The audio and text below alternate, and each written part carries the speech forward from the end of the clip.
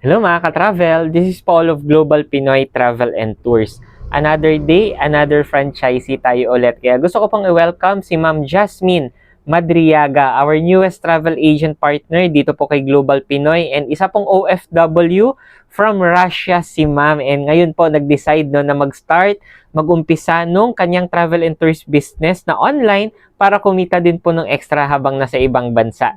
Kaya sa mga kababayan natin dyan, wag na pong antayin na kung kailan pa mag for good, dun pa lang mag-uumpisang mag-business. Mas maganda po habang working pa tayo sa ibang bansa, syempre meron na po tayong another source of income. Kaya with that guys, God bless po sa ating lahat.